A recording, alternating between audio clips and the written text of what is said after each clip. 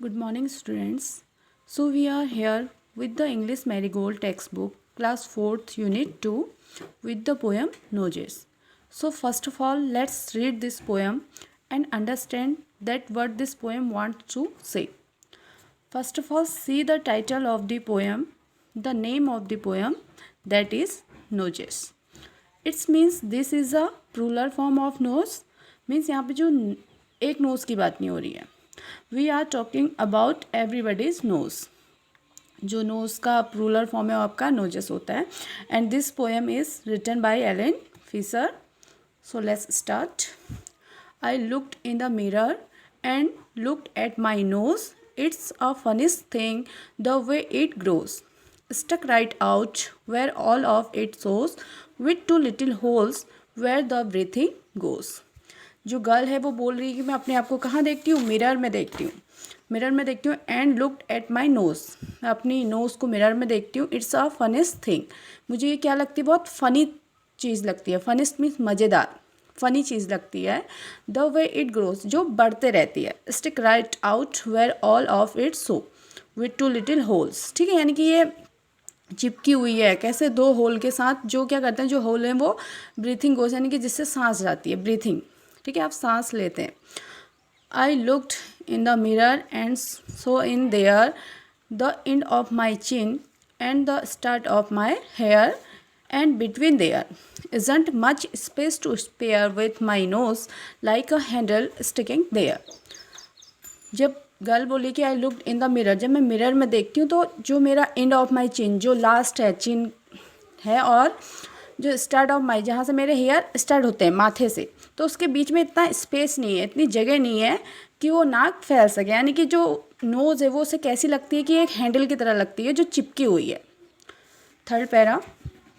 If ever you want to giggle and shout and can't think of what to do it about, just look in the mirror and then no doubt you will see how funny your nose sticks out.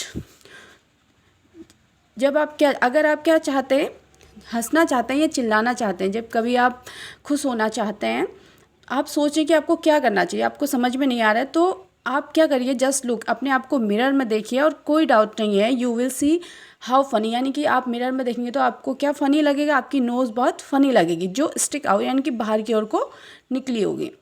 जो ये poem है इसमें यानी कि nose के बारे में बताया गया है. जो नोजेस है वो, जो गर्ल है उसको कैसी दिखती है मिरर में, एक फनीस्ट थिंग दिखती है. ठीक है, अब हम इसके न्यू वर्ड्स करेंगे.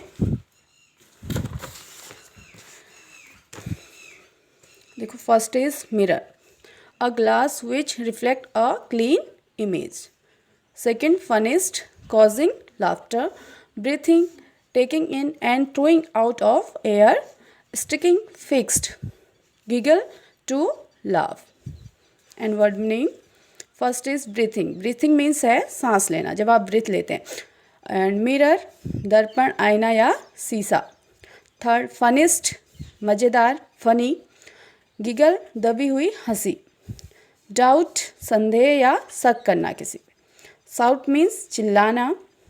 एंड स्पेस, जगह या दूरी. स्टक मीन्स चिपका रहना. And question answer is, first question is, why does the poet feel that the nose is a funny thing. जो पोइट है, जो कवि है, वो क्यों उसको, जो नोज है उसको फनी थिंग सोचता है. वाई मीन्स क्यों. The poet feels that the nose is a funny thing because it grows straight with two little holes in it. ठीक है, यानी कि वो बढ़ते रहती है, टू होल हैं वो बढ़ते रहती है, इसलिए उसको फनी चीज़ सोचता है.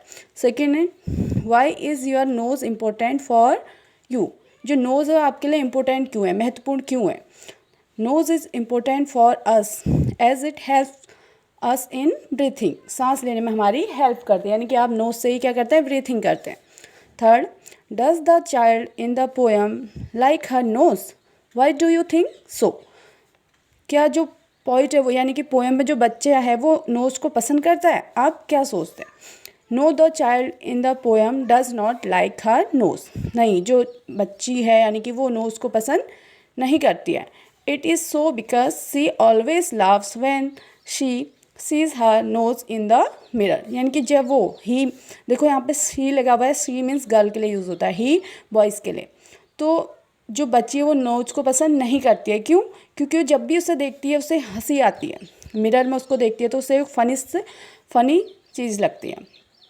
सो आपकी पोएम कंप्लीट हो गई है। इसे आप पोएम भी उतारेंगे और न्यू वर्ड्स, वर्ड मीनिंग और क्वेश्चन आंसर करेंगे क्लीन हैंड राइटिंग में। Okay, thank you.